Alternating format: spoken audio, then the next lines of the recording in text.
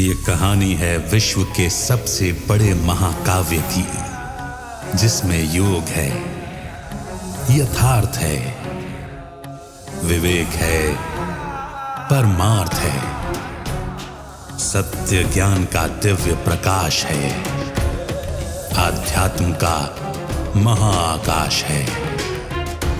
ये दर्पण है हर मन के विवाद का, दृश्य है आत्मा और परमात्मा के संवाद का, मानवता का होता है जिससे उद्धार। यही है सच्ची गीता सार, अंधकार से प्रकाश की ओर।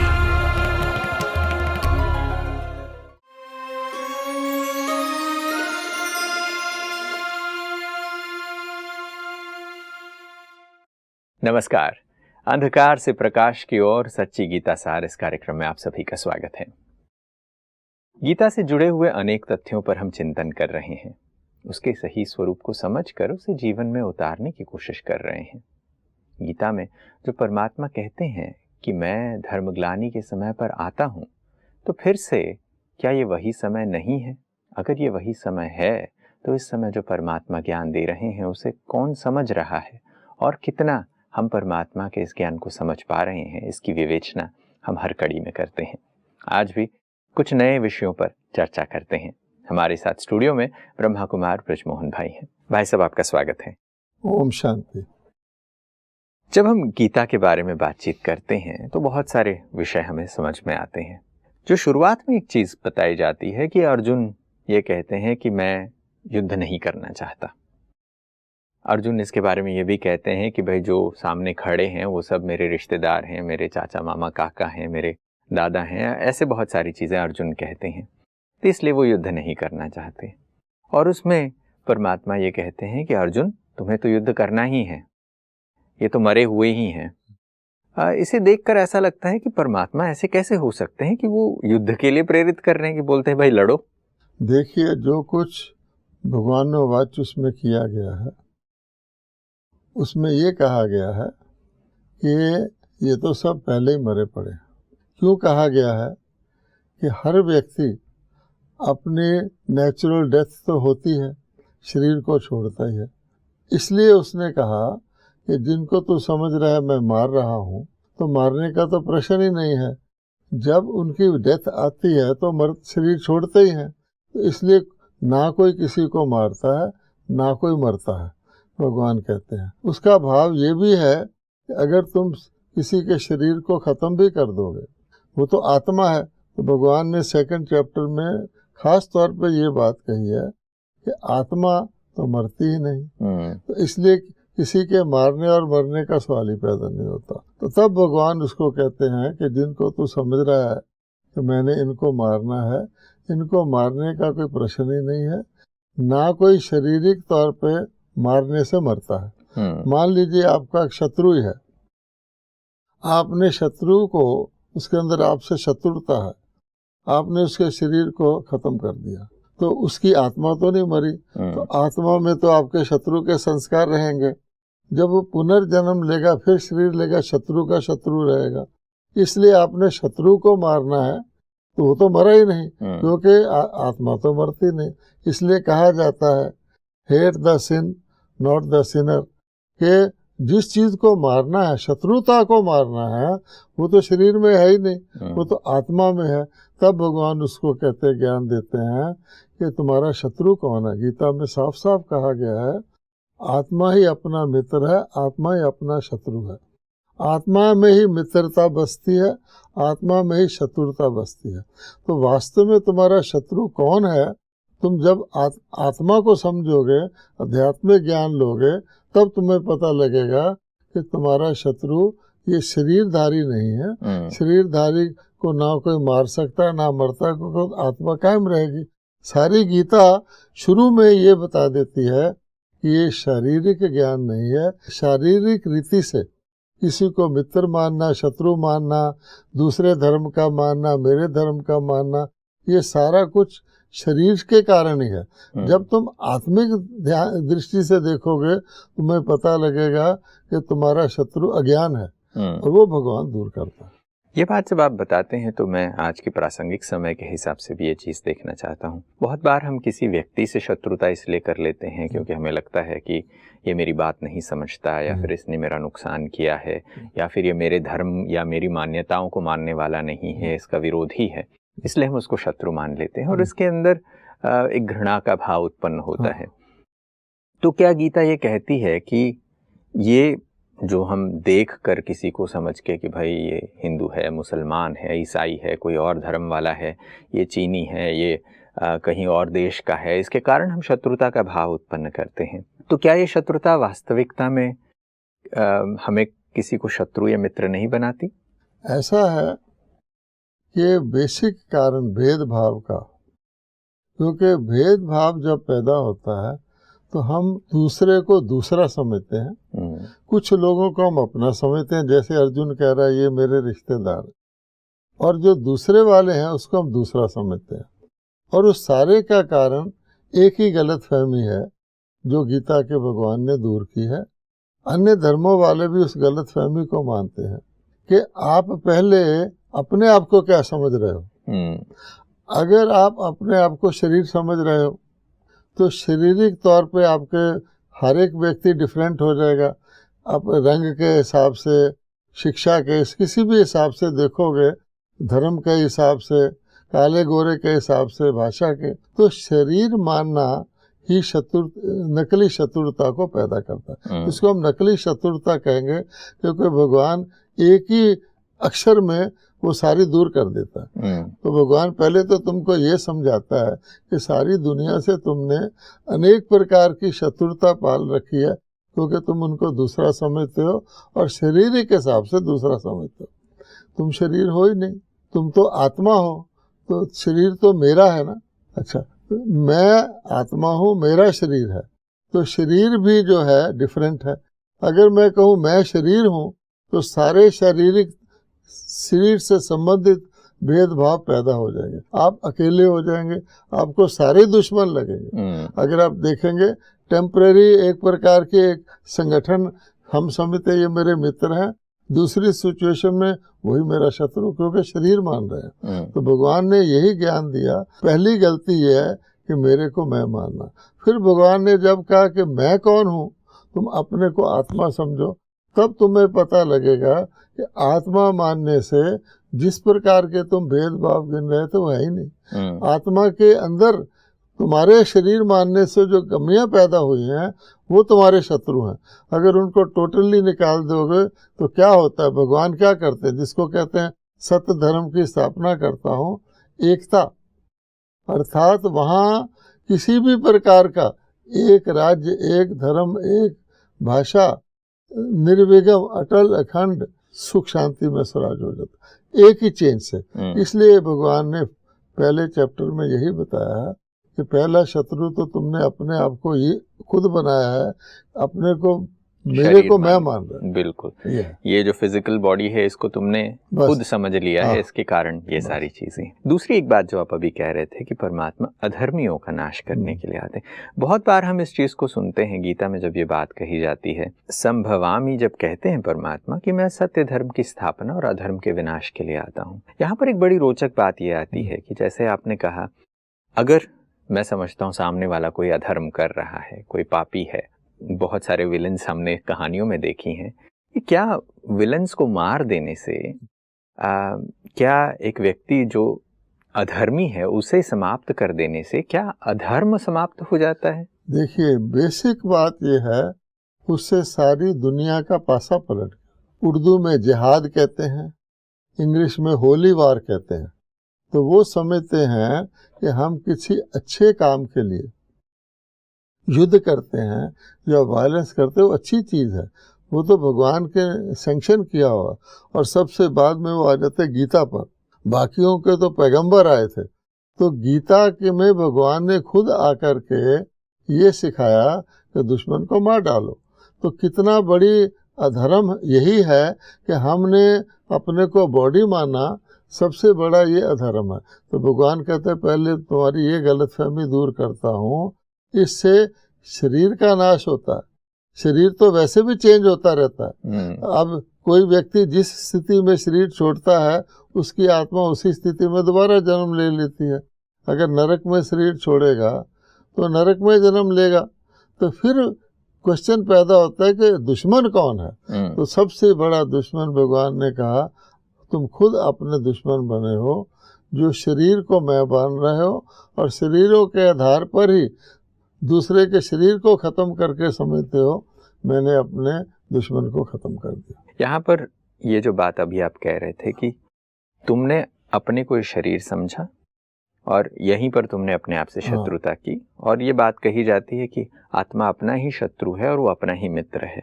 ये बात तो स्पष्ट हो गई कि अलग अलग धर्म ग्रंथ में भी ये बात गलत तरीके से ले ली गई कि जो वास्तविक शत्रु है उससे लड़ने के बजाय हम फिजिकली उस बात को लेने लगे। अब बात ये उठती है कि अगर आत्मा स्वयं ही अपना मित्र है, स्वयं ही अपना शत्रु है, तो शत्रु कौन है आत्मा के अंदर? कहाँ से वो शत्रुता का भाव उत्पन्न होता है? देखिए, क्योंकि मनुष्य को पता नहीं है, भगवान पहली बार बता रहे हैं। नहीं तो जितना जिसको हम धर्म कहते आए हैं, भगवान कहता है अनेक धर्म कहलाते हैं। तो धर्म को बाबा ने कहा अधर्म का विनाश, भगवान कहते हैं इन सब का मैं, क्योंकि सारे ही बॉडी कॉन्शियस पर बेस्ड हैं। तो उनको तो पता ही नहीं, जिसको पता ही नहीं कि मैं आत्मा हूँ। अब आत्मा के अंदर क्या शत्रुता के संस्कार हैं वो भगवान ही बताता है। तब वो कहते हैं कि मैं तेरे को, तेरे बारे में, तेरे जन्मों को, सब चीज़ को मैं जानता हूँ। तो परमात्मा को खुद आके बताना पड़ता है कि तुम अपने शत्रु कैसे हो। और वो दो शब्द में बताते हैं कि मैं तुम्हारी शत्रु, तो आंतरिक शत्रुता को खत्म करता हूँ। उसका नाम भगवान ने दिया पतित। पतित मैंने अधर्मी, पावन मैंने जो धर्म को मानता है। तो आप देख लीजिए कि पतित जो होगा वो किसी न किसी पावन को याद करेगा। तो जिसको हम धर्म वाले कहते हैं आजकल, वो सब याद कर रहे हैं कि पावन बनाओ ध्यान, तो खुद मानते हैं ना हम पतित हैं। इसलिए भगवान कहता है कि मैं ही आके बताता हूँ कि आत्मा ही पतित बनती है। और उसका कारण सिंपल है कि जब आप मोटर को ड्राइवर मानेंगे तो एक्सीडेंट तो होंगे ही। तो अपने आप को शरीर मानना, यहीं से पतित पना शुरू होता है। इसलिए भगवान ने जो 5 डेफिशिएंसीज बताई हैं, उससे सबसे बड़ी ये है कि तुम बॉडी मानते हो, और नेक्स्ट ये है तुमको बॉडी का ईगो आता है कि मैं बॉडी के हिसाब से हर चीज़ का मापदंड करते हो, और फिर बॉडी से काम विकार पैदा होता है। अर्थात तुम्हारी जो आत्मिक शक्ति थी जिससे तुम प्रोक्रिएशन करते थे, देवताओं का पुनर्जन्म जो होता था, संपूर्ण निर्विकार, तुम्हारी शक्ति इतनी घट जाती है कि तुम अपने आत्मा के जरिए से आत्मा का प्रोक्रिएशन नहीं कर सकते, शरीर में आते हो, तो पतितपना कंप्लीट हो जाता है। तो ये वास्तविक शत्रु हैं, ये देह मानना है, और उसके बाद ये 5 विकार आते हैं। अब क्या परमात्मा ये भी बताते हैं कि इन 5 विकारों से लड़ना कैसे? क्योंकि बार बार ये चीज हम गीता में सुनते हैं, तस्माद् युद्धस्व भारत, की युद्ध करो, लड़ो लड़ो। और आखिर ये लड़ाई, हमने ये तो समझ लिया कि वो ये नहीं कह रहे कि तुम कौरवों का विनाश करो, वो कह रहे हैं कि अंदर लड़ो। बट ये लड़ने का काम कैसे होगा? देखिए, भगवान सारी गीता ही स्पष्ट करती है कि ये कोई शारीरिक युद्ध नहीं है, शारीरिक मारने की बात नहीं है, शारीरिक शत्रुता नहीं, शरीर का कुछ भी नहीं है। और जितने तुमने ये सारा जिसको अधर्म कहा गया है वो शरीर के नाम से हो रहा है। तो पहली बात तो हो गई।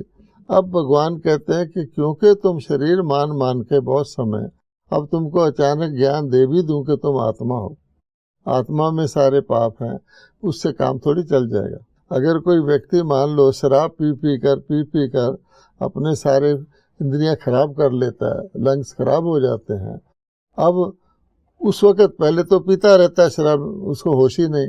कोई डॉक्टर कहता है अब तेरे मरने का जीने का क्वेश्चन है, question of life and death है, तू शराब ही तेरा सबसे बड़ा दुश्मन है, और उसने मान लिया। यही सिचुएशन है, अर्जुन को कह दिया तो आत्मा के अंदर ही तेरे सब दुश्मन है। क्या शराबी से आप शराब छुड़वा दें? छुड़वा सकते हैं उससे? वो कहेगा मैं मान लिया, मेरी समझ में आ गया, प्लीज़ मेरी शराब छुड़वा दो, मेरे से नहीं छूटती। तो फिर भगवान कहता है मैं ही छुड़वाऊंगा। तो वो जो तरीके पहले उनको डायग्नोज करते हैं, दूसरे आत्मा को समझाते हैं कि देख ऐसा ऐसा है, तो लोग जितने, अगर आप गौर से देखें, ये जो 5 भगवान बताता है, किसी भी प्रकार का दुख, किसी भी प्रकार का क्लेश, चाहे वो व्यक्तिगत हो, सामूहिक हो, वैश्विक हो, इन्हीं के कारण होता है। और इसका प्रूफ है कि किसी कोर्ट में चले जाओ, जितने केसेस होंगे इन्हीं के कारण होंगे। सैंपल तो है जी। दुख भी इसी के कारण होगा। अगर ये चीजें निकल जाए, आप दुखी हो ही नहीं सकते। तो इसको भगवान निकालता है, फिर वो इसकी विधि बताता है कि इतनी आसानी से जाने वाले नहीं है। इसके लिए तुमको, जैसे डॉक्टर बताता है, पहले मर्ज बताता है, फिर इसकी दवाई बताता है, फिर उसका परहेज बताता है, और फिर उसका टॉनिक बताता है। तो ये सारी चीजें भगवान बताता है कि पहला कारण ये समझ में आ गया, अब तुम रेडी हो गया कि मेरे से निकालो। फिर भगवान कहता है देखो इसके लिए डिसिप्लिन चाहिए, आसानी से नहीं। तेज कार को अगर आप ब्रेक लगा दे उलट जाएगी। तो भगवान धीरे धीरे मोड़ दे के कॉन्शियसनेस क्रिएट करता है। फिर वो तरीका बताता है मनोबल कैसे तुम्हारा बढ़े, क्योंकि मनोबल कमजोर होने से तुम चाहते हुए भी किसी चीज को नहीं कर सकते। तो सारी बात भगवान ने मनोबल की बताई है, मन को कैसे। तो भगवान कहता है शारीरिक प्रक्रिया नहीं है, मेरे साथ मन को लगाओगे तो मैं सर्वशक्तिवान हूँ, आंतरिक शक्ति मनोबल तुम्हें दूंगा। इसको भगवान ने मन मना भाव के रूप में कहा है कि सारी गीता का सार क्या है, मन को मेरे में लगाओ, अर्थात अपने को आत्मा समझकर मुझ परमात्मा का जो मैं परिचय देता हूँ उसको समझकर मन को मेरे में लगाओ, टिकेगा नहीं। फिर भगवान ने कहा सर्वधर्मान परित्यज, कि बाकी चीजों में जिसमें तुम्हारा मन अटका हुआ है उससे निकालोगे तो मन की एनर्जी जो है कॉन्सेंट्रेट होगी, और मैं तुमको एक्स्ट्रा शक्ति दूंगा। उससे धीरे धीरे, एक दिन की भी बात नहीं है, हर प्रक्रिया में, तुम्हारे में बोलने में, चलने में, खाने में, पीने में, संबंध में, संपर्क में, वो सारा परिवर्तन कराता है, जिसके लिए सारे 18 अध्याय भरे हुए। आप गीता में टोटल देख लीजिए, कहीं भी देख लीजिए, आत्मा को सशक्त करने का, आत्मा को एकाग्र करने का, आत्मा को पावन बनाने का, आत्मा को, मैं आत्मा सत्य हूँ, क्योंकि बार बार व्यक्ति भूल जाता है, समझता है मैं आत्मा काम कर रही हूँ, कर शरीर रहा होता है। तो ये सारा प्रक्रिया भगवान सिखाता, तब पांडवों की विजय होती। तो इससे ये पता चलता है कि गीता में जो वर्णित युद्ध है वो कोई शारीरिक युद्ध नहीं है, वो एक आंतरिक युद्ध है जो आत्मा के अंदर के शत्रुओं के विनाश के बारे में है। और परमात्मा सिस्टमैटिकली हर चैप्टर में अलग अलग चीजें बताते हुए उस मन को काबू करने के लिए ये बताया जाता है। ये जो बात हम सुन रहे हैं ये बहुत सारे लोगों के लिए नई बात है, क्योंकि बहुत बार गीता तो पढ़ा है, बहुत बार हम रिस्पेक्ट से एक दिन का एक श्लोक भी पढ़ लेते हैं, कोई एक दिन का एक पेज या एक चैप्टर, कुछ भी कर रहे हैं, प्रयास तो कर रहे हैं, मगर उसको अप्लाई करने के लिए ये समझ जरूरी होती है।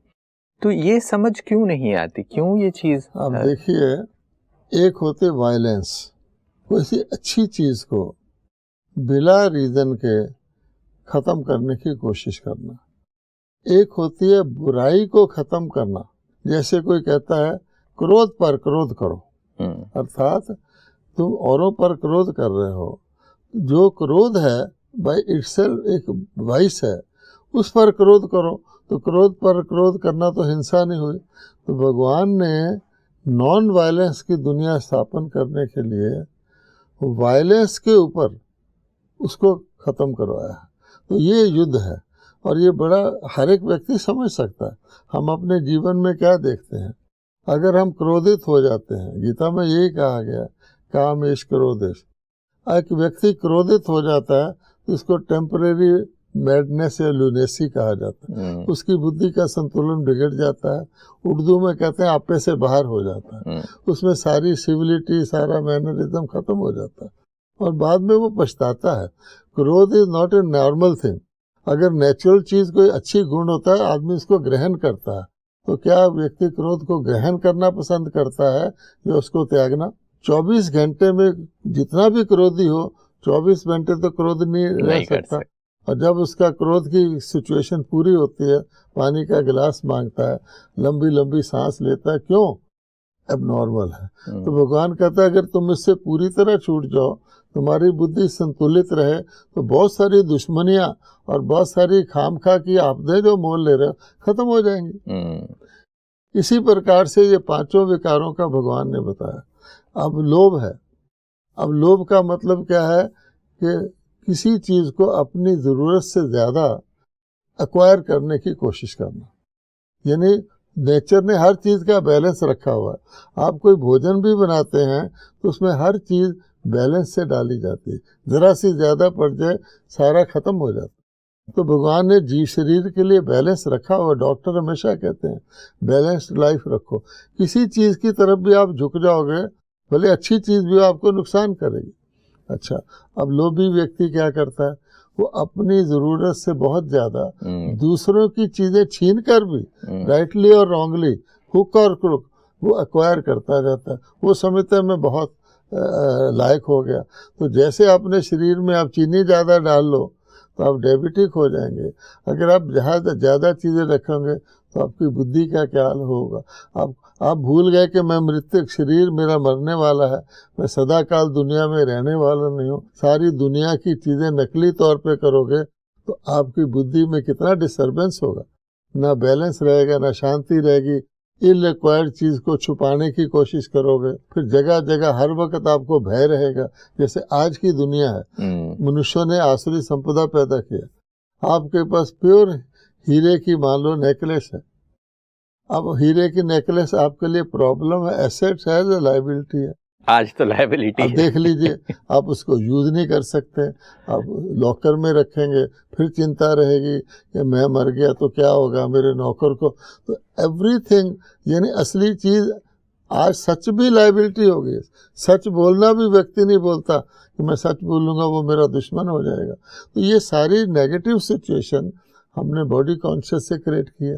तब भगवान ने एक ही ऑपरेशन से हमको बताया कि ये तुम्हारा है, तुमको परहेज भी करना है, डिसिप्लिन भी रखना है, फिर टॉनिक भी चाहिए, अदरवाइज ऐसी सख्त दवाई है रिएक्ट कर जाएगी। तब भगवान कहता है योग। योग मैंने आपने टुकड़े टुकड़े कर दिया, फ्रेगमेंट कर दिया, अपने आप को भी कर दिया। पहले दुनिया को किया, समाज को किया, हवा को किया, पानी के अंदर भी सीमाएं डाल दी, धीरे धीरे अपने बिरादरी में भी डाल दी, फिर धीरे धीरे अपने मन में डाल दी। फ्रेगमेंटेड माइंड, टुकड़े हजार वाला दिल। भगवान कहता है ये योग क्या लगाएगा, इसको शक्ति कहाँ दूंगा मैं। तो इसलिए फिर वो जोड़ता है। योग मैंने होता है जोड़ना, हर चीज को प्रॉपर जगह रख देना और उसी अनुसार उसका फंक्शन लेना, जैसे बॉडी के अंदर है। ये है भगवान का ज्ञान। आज बड़ी खूबसूरत चर्चा की है हमने, और मैं समझता हूँ और भी इस विषय पर चर्चा आगे जारी रखेंगे, मगर आज वक्त इतनी ही इजाज़त दे रहा है तो यहाँ पर हम आपसे इजाज़त लेना चाहेंगे। मगर आप स्टूडियो में आए और आपने हमारे साथ ये विजडम शेयर किया, इसके लिए बहुत बहुत शुक्रिया आपका। ओम शांति। नमस्कार दोस्तों, गीता में एक बहुत ही सुंदर शब्द आता है, योगः समत्वमुच्यते, यानी योग से समत्व आता है, बैलेंस आता है। और आज भाई साहब से जब हम बात कर रहे थे तो उन्होंने ये बहुत ही सुंदर सी चीज़ बताई। आज सब कुछ अनबैलेंस्ड लगता है हमारे अपने लाइफ में। अगर हम देखें तो सारी चीज़ें गड़बड़, और इसका कारण क्या है? और इसके कारण में गीता में बहुत ही सुंदर चीज़ से परमात्मा कहते हैं कि तुमने अपने आप को शरीर माना है। ये जो रिश्तेदार संबंधी जिनसे युद्ध करने की बात हो रही है वो वास्तविक युद्ध की बात नहीं है। कहने का तात्पर्य ये है कि इन सब से मोह हटाओ। तुम शरीर नहीं हो, तुम आत्मा हो, और तुम अपने ही मित्र और अपने ही शत्रु हो। अपने अंदर झांक कर देखो, 5 विकारों रूपी शत्रु हैं जो तुम्हारा नाश कर रहे हैं, और उन पर विजय प्राप्त करो, उनसे लड़ो। और जब आत्मा की पहचान होने के बाद भी जब आत्मा अपने आप को कमज़ोर महसूस करे, व्यक्ति अपने आप को कमज़ोर महसूस करे, तो परमात्मा उन्हें योग सिखाते हैं कि परमात्मा से अपने संबंध को जोड़कर, परमात्मा से शक्ति लेकर इन विकारों पर विजय प्राप्त कराते हैं। आशा करते हैं कि गीता एक हिंसक ग्रंथ न होकर एक अहिंसक और एक आध्यात्मिक ग्रंथ है, वो आत्मोन्नति का साधन है। ये आज की कड़ी में हमने समझा है। अगली कड़ी में कुछ और रोचक बातों के साथ वापस आएंगे। तब तक नमस्कार।